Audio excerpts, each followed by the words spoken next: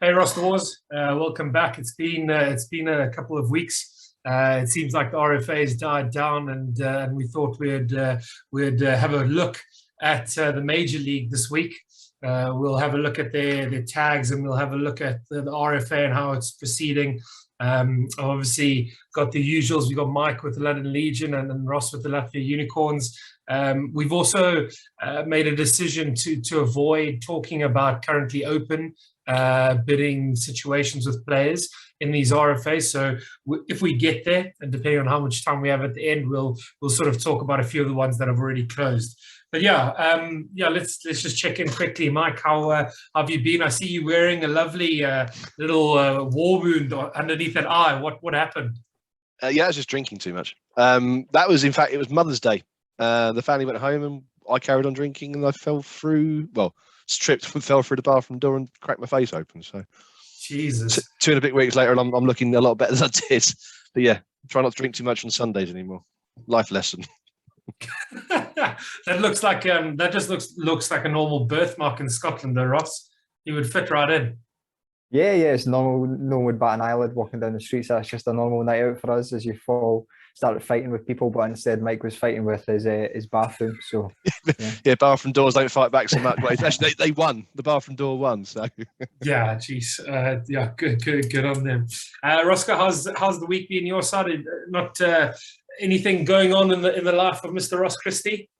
Nothing exciting ever happens in my life. Ross Wars is the most exciting part of my life. So I'm a bit of a degenerate fantasy player, but yeah, uneventful. Cutting the grass today. That was extremely exciting for me. So yeah, looking forward to talking about some actual NFL exciting stuff.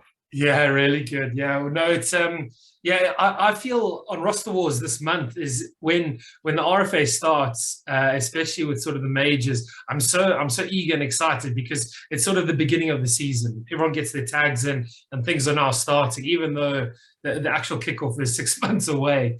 But the reality is I think, I don't know if I'm speaking more for myself here, and you guys sort of comment on further, but I feel almost like I can't keep up with what's happening because there's so much activity now with the majors, with daily sort of bids, and when I click and open up sort of the RFA discussion in the main league, you've got a situation where it's got one or two sort of threads, and then suddenly it's 5 pages, 6 pages before I realize I'm finding it quite difficult to sort of keep up.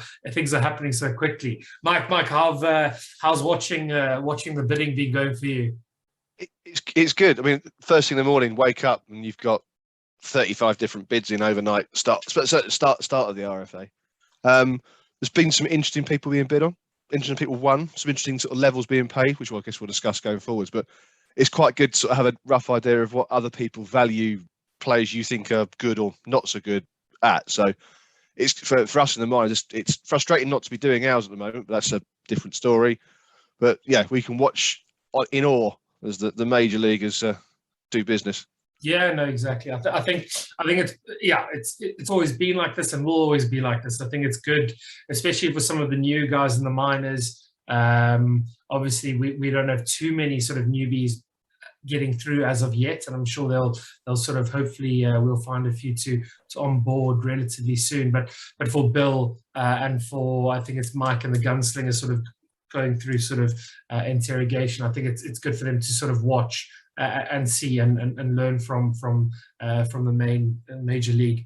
Let's look at some of the tags quickly. So let's have a quick look at the super franchise tags that were announced prior to the main league RFA. So if we look up at the DD to start us off there are 1, 2, 3, 4, 5 super franchise tags in, 1, 2 running backs, 2 quarterbacks and a wide receiver.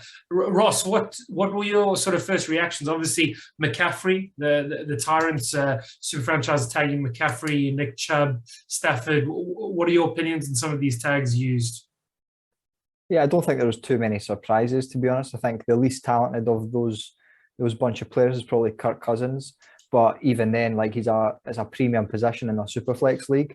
And I think putting the super franchise tag on is almost a necessity for like a starting quarterback, and not just like a 1 year starter. He's going to be starting on whatever team it's going to be for the next like 5-6 years, and he's going to be doing it at a decent level. I know he's quite a polarizing player, but I think for the least talented player to be Kirk Cousins, that's a really good use of the super franchise tags.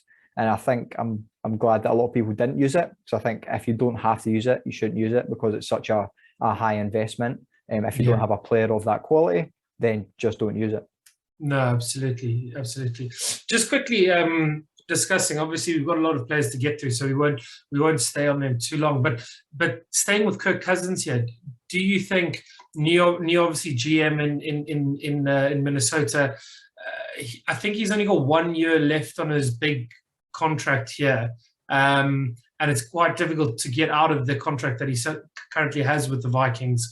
Do you see obviously the Vikings using him this year, or do you think I'll see them possibly trading him towards the end of the year, or do you think he's got much of a future? Where he's always been sort of underappreciated, I've always felt, Kirk Cousins, but at the same time not spectacular either. Yeah, I think he just signed an extension as well, which was surprising to a lot of fans, especially Viking fans. So it's almost like he's got 2 years, which he can't really be moved on from. I'm sure they can trade him, but they'll eat a lot of dead money. But it seems to me the new GMs came in, said, I'm probably happy with him for the next couple of years, and then put the money behind it. So it was interesting to see them do that. But I think stability at the quarterback position is really important for the entire franchise. So even just putting to bed those rumours of, are they going to go QB? Are they going to draft a developmental player? Then that's the most important thing, I think, for a new regime to come in and say, look, Kirk Cousins is our quarterback. And whether that changes in the next year, maybe next year they look to draft someone in maybe a better draft class, or they look to trade them at some point next year, maybe in a couple of years' time. And the options are open there. And I think, like I said before, he's a good enough quarterback that he's going to maintain that decent level, that he's either going to have them competing for a playoff spot if everything around him's good enough, and holding trade value if not. Yeah, no, absolutely. Mike, now turning our attention quickly to the TT now and their super franchise tags. Obviously, quite a few guys involved, or when I say a few guys involved, Russell Wilson, obviously, with his trade across to Denver. He got super franchise tagged by the Pigskins. Gibson, Darius Leonard, the one and only defensive player super franchise tagged this year. Are there any surprises there for you, DK Metcalf? What's that's the one guy I'm looking at is Metcalf. More because his current situation in Seattle, they haven't got a quarterback. There's rumors about him being traded, but he is a very good wide receiver. So I can see the sense in it. It's just if you take the real world into account against fantasy, if he ends up in, I'm trying to think. Let's say he goes to Washington. Does his output with Wentz remain as high as it was with Russell Wilson? So it's a bit of an unknown, but I can see why you want him. Leonard, I think, makes sense. He's a high scoring. It also depends. Also, you got to think about what the teams have got else coming up for tags this year. Yeah. So if let's say the doppelgangers with Leonard, if his main concern is getting that tied up for 4 or 5 years, that's great. You can put that to bed, and then we can look at Ben can look at other things going forwards, right? He can in RFA add other places. I haven't seen what else Ben's put tags on this year, but if you got to think that. Especially roster wars and the conscious is the forward plan. Yeah, it's not absolutely. just about this season. It's about, do you add 3 years to Leonard? Do you add 4 years to Leonard? Do you add Metcalf? He's young. He's got another 6-7 years. So slap a long contract on him, let him tick away in the background. So it's we've discussed before this off air. It's how you stack the contracts as well. Yeah. In the way our league's set up, you've got to have. It's not about next season. You've got to keep looking at, unless you're going all in for 1 year, which is what other teams have done.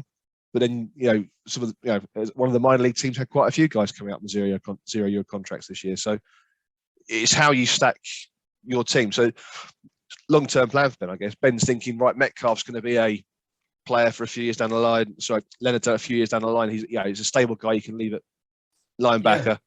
He's the guy there. So no, absolutely. I think. Look, I've got Leonard in on the PP side. I was quite fortunate because I franchise tagged him last year, and no one sort of challenged that, and I sort of kept him for my sort of 50 warbucks and gave him a 4-year contract, which I almost regret now not giving him a 5-6 year longer contract. But we'll deal with that in 3 years. But I think that's another very unique part to roster wars, and for anyone sort of listening that isn't actually involved in roster wars, or if you're seeing us online, it's a very unique sort of selling point for our league. Just quickly, because we obviously want to try to skim through a little bit, the one I did notice is Derek Henry. Ross, or I'll ask you plain and simply, how many years do you think Derek Henry has of productive value? Well, it's interesting. If you asked me last year, I would have said not many, but I know he got injured, but he still produced at such a high level when he was on the field. Yeah. And I've sort of been counting out Derek Henry for his whole career, and I think I'm now getting to the stage of maybe I should never just count him out, because he's just proves me wrong every single time. He's such a unique player, and he doesn't follow the norms of every other running back that's been before. So to answer your question, I'd say maybe 2 years at the highest level, I think. Just because he's such a unique player, I still think he can get another good 2 years out of him. Yeah, and the way the Titans are set up as well, I think allows him to go and play and score good fantasy points as well as real life yardage. Tannehill's very comfortable with him next to him. You can see Tannehill's a better quarterback when you've got that with Henry next to you. So you're going to be able to stretch the field with AJ Brown and you've other players around him now to stretch the field more. So you're going to have Henry's going to get less attention possibly in the sort of pass game. So yeah, I think he's what, 28, I think, from memory. So he's not a spring chicken anymore. Towards the end of his career, but then some of these guys like Adrian Peterson go on forever. So yeah. And the great Gore, who's about to retire as well. I mean, he's still playing at age 52, isn't he, or whatever he is now. So I think obviously he's about to retire as well. So I think some of the guys are freak, like they'll play forever. They just seem to just ignore the big injuries and keep going. So he's still genetic freaks. Yeah, I still think he's probably one of the top 5 running backs next season. I'd have thought. How things currently stand, anyway. So. No, you'd think so. And I'm going to use the super franchise tag to go pretty much straight onto the player extension tag, because I feel like a lot of the time, a lot of roster wars owners and team managers, we're always thinking and we're always tossing up of extending a guy 1 year or giving him the money that he actually deserves to get a long contract. So if you do look at the oysters here, still in the TT, he went and he super franchise tagged Derrick Henry and then used as an extension tag on Leonard Fournette. So you can clearly see what the Oysters are trying to achieve, trying to sort of build that running back sort of rim there. Mike, just skimming through some of those play extensions more on the TT side, are there any that sort of surprise you? I see, look, Davis Mills is obviously a rookie. He's just getting a 1 year extension.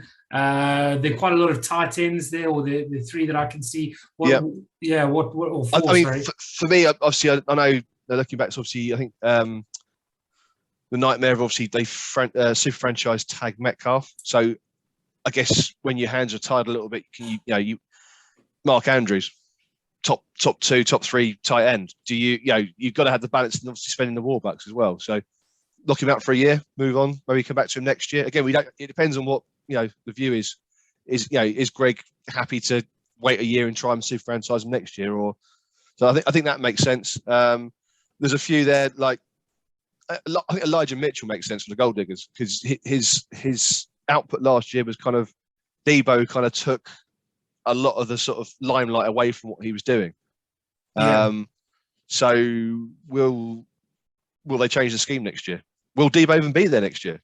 Going to some of the conversations we've had off air about scrubbing social media and looking for contract extensions.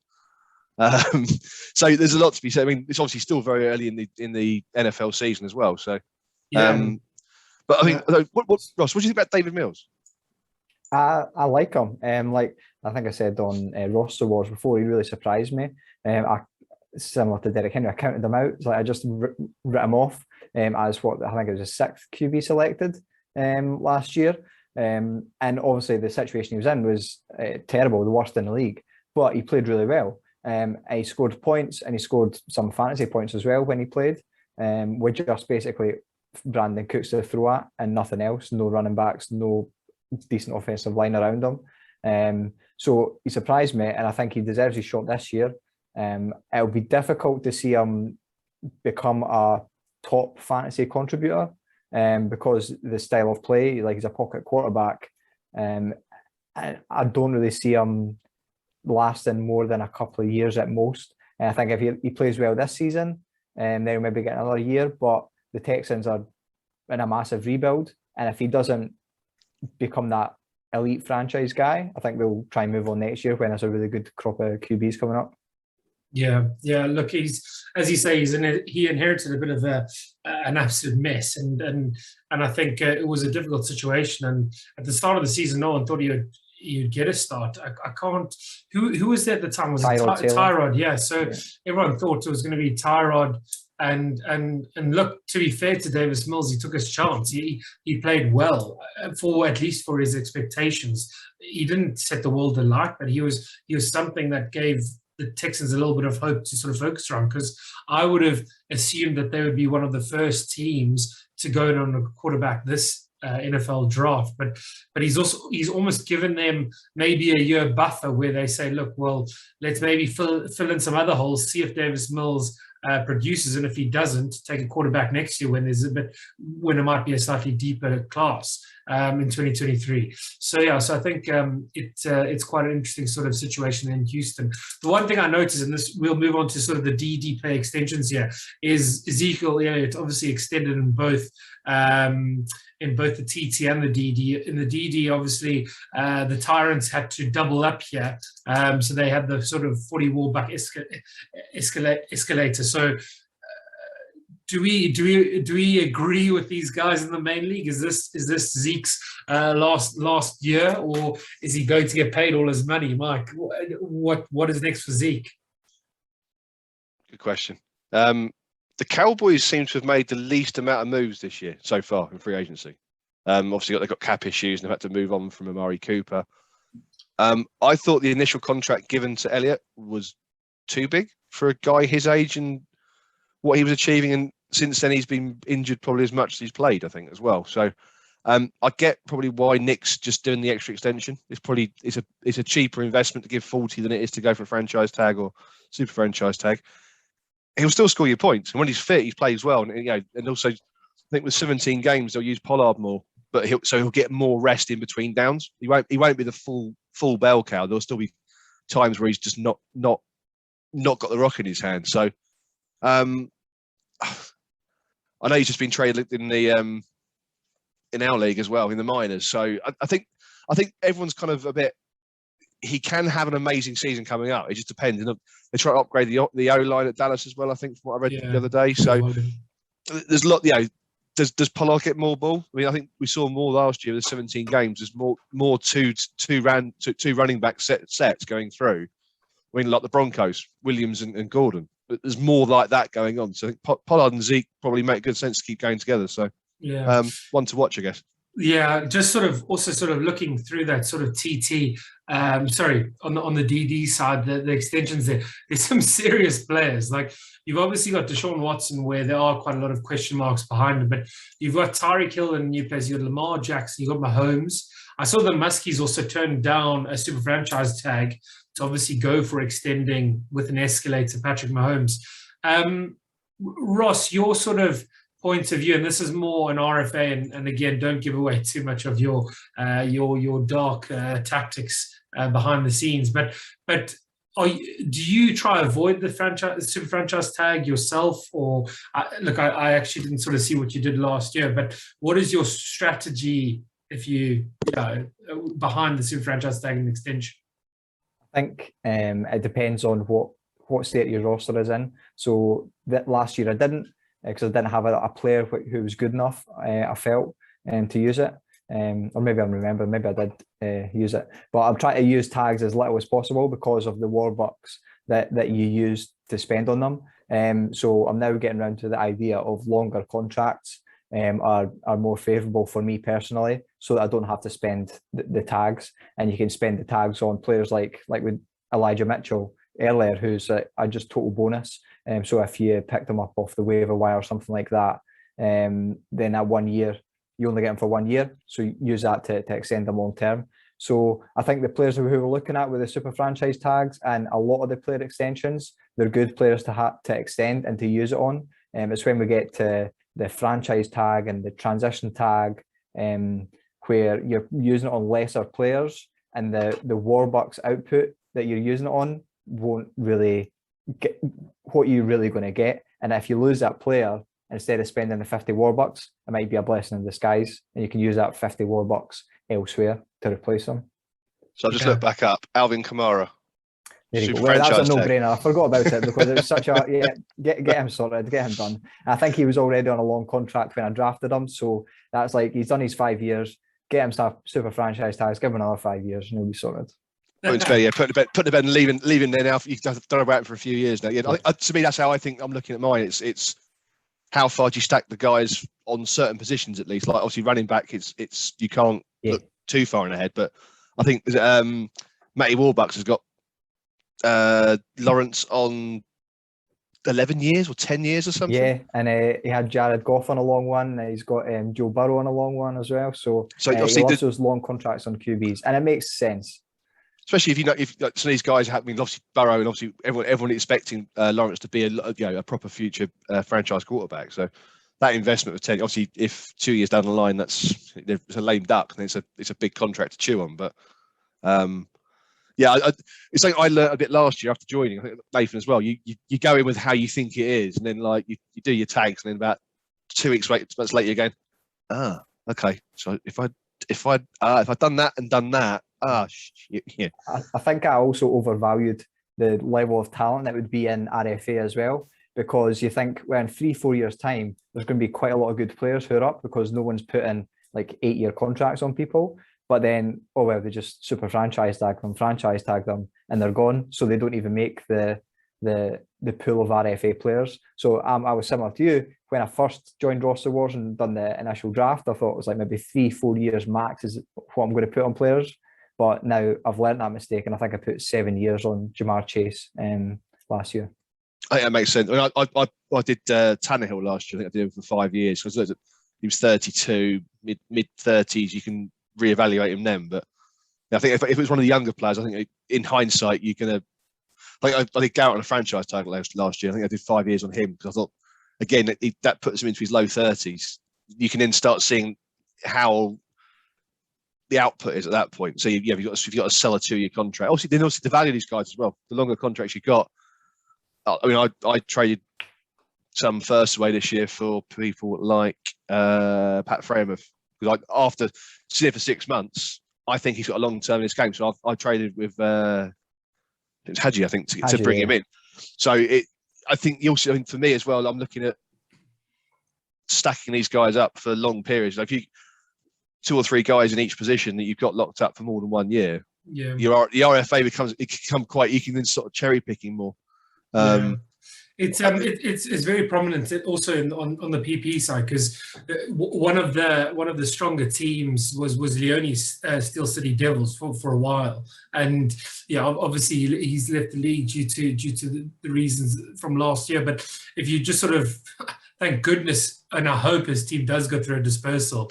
But who knows? There might be one of the guys in the main league jumping at their bits to get hold of this team just for a 1-year rental. But if you look through his team, you've got all his wide receivers: Marquise Brown 5 years, Cooper 4 years, even Kenny Golladay 4 years, Tyreek Hill, Kittle 5 years. Then on the defense, he's got Micah Parsons. He drafted him and gave him the 7-year contract. TJ Watt 4 years, even a cornerback Trayvon Diggs 4 years, Patrick Surtain 5 years. That's horrible. They're horrible decisions of cornerbacks. I'm sorry, I had to get in. Terrible. That's 9 years wasted. Okay. I agree with you on the quarterbacks, and to a certain extent, I think IDP as well is a bit of an art as well. I think the linebackers obviously have a bit more durability, but it's very scheme related as well. But I think they're massive pros and cons for both sides. I came in last year as a newbie, part of the dispersal in the PP, and then in the dispersal, I took quite a lot of warbucks really early, and I got a lot of grief for it. And I sort of look back and I'm like, you guys were so right. I should have just taken the players. And also at the same time, what I did is, because I ended up spending most of those warbucks recklessly during RFA, just adding depth pieces, which is sort of counterproductive. To me, RFA, you obviously need depth at certain areas, but you really need to, in my opinion, be sort of targeting sort of the top players available. But I think the best thing to do, I wanted to sort of hit more on sort of the franchise tags in the main league, but let's just talk about RFA so far in the main league, and let's sort of touch base first with the Dastardly Dozen. Mike, sort of looking at how that's gone, and obviously we're only looking at players who've finished being bid on already. Which sort of names sort of stood out to you, and why? Well, the Eternals to start off with, because they seem to be just throwing warbucks at everybody. He's had a busy start RFA, Andy, with Eckler, Marcus Brown, Trubisky at 38 warbucks. I think is an interesting one, because he could be the starting quarterback at the Steelers next year. We just don't know yet, so that could be quite a cheap investment. There's some other ones. I mean, the one that did stand out to me is Calvin Ridley. Yes, I can get the logic. So, but it's just 17 warbucks, I think it was, to the Africans. So the Africans snuck him in, which could be a great bit of business, in my opinion. If you look at some of the other wide receivers that went, Gallup went to 29, Renfro went. This is obviously in the DD, but so why not spend 17 on Calvin Ridley? I think the long term. But I don't know how you view him, Ross, as a sort of going forward in life kind of piece. Do you take the risk for a year? Do you? Yeah, I think it depends on your roster. Ian obviously historically had a loaded roster, and I think 17 warbucks is nothing. Like, to think of the players I've wasted 17 warbucks on in the past, that's nothing. Take a year off, come back, and you've got a top 24 wide receiver. I think he's almost guaranteed to be a top 24 wide receiver, to be honest, whatever team he's on. So I think that's a really good deal. And I see how other teams maybe didn't bid up Calvin Ridley because they went in a position to spend the warbucks and hold someone for a full year. But yeah, it's definitely a good price for a good wide receiver, I think. Yeah, absolutely. And Ross, sort of looking at the compensation tag now, in my opinion, I think it can be sort of used quite poorly. But in the DD, it looks like a lot of people got money out of this compensation tag this year. But your opinion, where do you stand on sort of the comp tag when you use it? What it costs you 20 warbucks. You're obviously not allowed to bid on the player. What do you deem's value? Is 21 warbucks a good return, or what's your opinion on the comp tag? Yeah, 21 is a good return because you've gained one warbuck, but obviously you're looking for a bit more than that. I think if I can get 10 warbucks extra, so 30 on the player, then that's good value. You can also play it differently, so you could use your comp tag to fund your other auctions. So I think I did this last year. Comp tag Fred Warner, who I could have put a transition tag or a franchise tag on, but I decided to comp tag him to get that extra bit to then fund my other auctions. But surely that's also very dependent on when he gets bid on, because you can't control when your comp tag is going to come up to the chopping block. So Fred Warner, look, obviously it worked out for you, but there could easily be a situation now where you do comp tag a player and no one bids on him until the last round. And then you're in a situation where, great, you get your 100 warbucks for whoever you want, but you get it too late, a year too late. So it's one of the more interesting tags, I think, it's very difficult to say what is right and what is wrong in terms of how to actually use it. But as you say, whether you get 21 warbucks and make a $1 profit, or whether you get 100 warbucks but you get it right at the end and can't use it that year, what is actually seen as a better move? Let's sort of, look, there's a lot of depth here in this RFA. Maybe we'll have to sort of come back for more of a summary and sort of around to touching base on it. But let's zig straight back to the TT, or across to the TT now. Mike, yeah, what sort of deals there so far have sort of caught your eye in terms of good value for money or overpay or anything there on the TT side? So Gazicki, 55 warbucks. So with Hill in town, does he lose his targets? Obviously, I think Gazicki's more of a wide receiver than a tight end anyway. I think he's much more of a big-bodied receiver than a traditional tight end.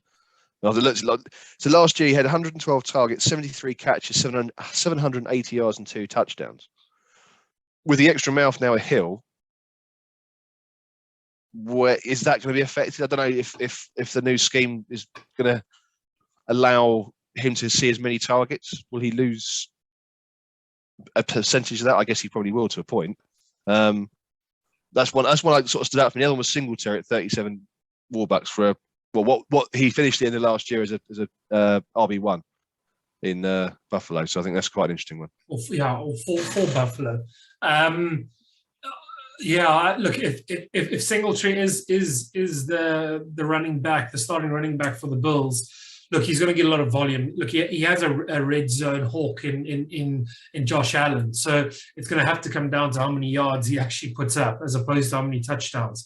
You can't sort of guarantee those touchdowns on that side. As for sort of the Gesicki, well, look, I've struggled in the PP, and just to get my hands on a decently valued tight end, I was pretty happy at the end of last year when I went and traded and got Noah Fant, but now I'm straight back to square one. So I sort of see why he obviously went and splashed 55 warbucks on Gesicki, and there is the risk there, but at the same time, he has been pretty productive, and I don't think just because Hill's turning up, they're going to take too much away from him. They'll keep that sort of role. Mike McDaniel also, he was really good at getting the best out of someone like George Kittle. So it could be very interesting. Who knows? The production might sort of increase there.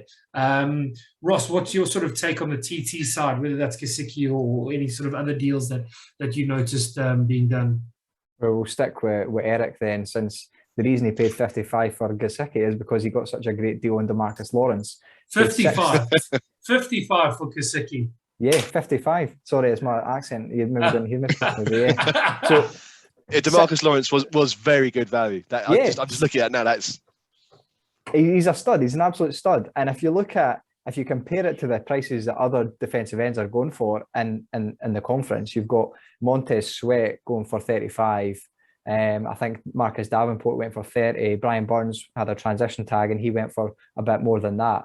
Obviously, Brian Burns is a good player, but I think Lawrence is better than Sweat and Davenport. And he's going to be, I wouldn't bat an eyelid if he went double that price that Eric paid for him. So I think that's a really good deal. And I think for me personally, if you get sort of elite defensive players in RFA, you're doing a really good job. Yeah. No, exactly. And I think that's something that I've learned, and hopefully I'll try to put into or at least exercise it down on the PP next year. But I think you do have to be very selective on RFA. And I think that's what a lot of new teams make the mistake with. And also sort of warbuck rich teams, I think they sort of spend probably sometimes more than they should and try to sort of drive the price up a bit. I see Goff on a sort of comp tag go for 25. Some of the other things I just wanted to point out, I see the meme machine, the Maple Grove meme machine. Obviously, after 2 years ago getting the dreaded pink, they've invested quite a lot on the defensive side on the RFA this year. I see what they took Aziz Al-Shari 25, they took Kaiser White 27, they took Kruger Hill at 30. Been pretty active on the RFA, have the mean machine. Mike, are there any sort of last sort of thoughts there on the TT side? Anyone that we missing that sort of stood out to you as well? Just look. So Evan Ingram retained at 25 warbucks. Obviously, he's moving to a new system in Jacksonville. So that'll be interesting. So he's one of those guys you think he's going to have a great season and doesn't quite get there. But that's been the Giants for some time as well. So maybe a new house, he'll get everything. Sam Darnold, 12 warbucks. I think that's probably worth rolling the dice for. I think he's a great player. Yeah, I'm sure you do. Oh, sorry. I did think he was a great player. I've now traded him away, but I don't know. That situation in Carolina is interesting. I don't know. There's and Drew Lock 3 warbucks. There's some bargains out there, but I guess we'll see. Well, OJ Howard 1 warbuck. Interesting. Yeah, I think that's the thing is if you are willing to take sort of dart throws at some of these guys who may be in the wrong spot or maybe coming off contracts or injuries or in a system that doesn't on paper look like it works for them, there is a lot of potential there, but at the same time you'll have to declare a contract on these guys, so that's the actual risk really. You can spend your 1 warbuck on them, but if you're not going to give them a 2, 3, 4 year contract, then you're going to be in the same position as you were this last year.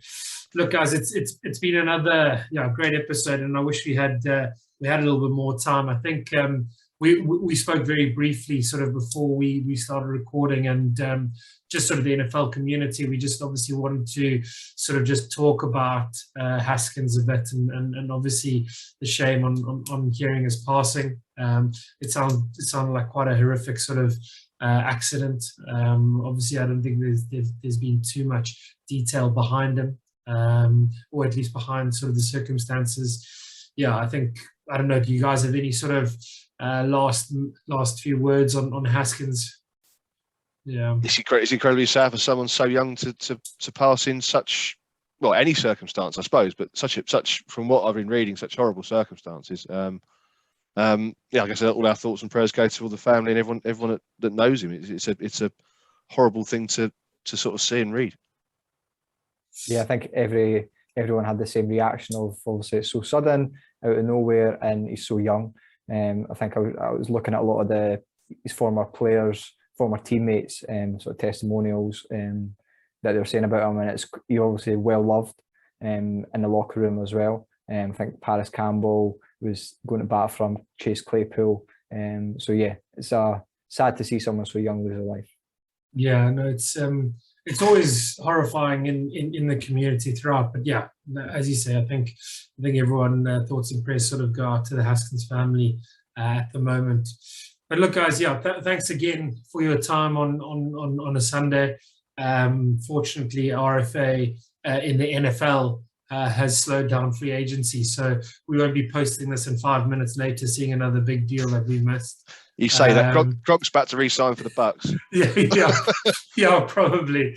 But yeah, look, guys, hopefully we'll hit out another one a bit more frequently. Maybe go into a little bit more depth on the RFA process. Hopefully we can find a few more new teams and new owners and guys to sort of rejoin to get the PP ball or get the ball rolling in the minors. But yeah, Mike and Ross, it's been a pleasure as always, and I'm sure we'll touch base again soon. Thanks again for jumping on. Pleasure. Thanks, see ya. Yeah, cheers, guys. See ya.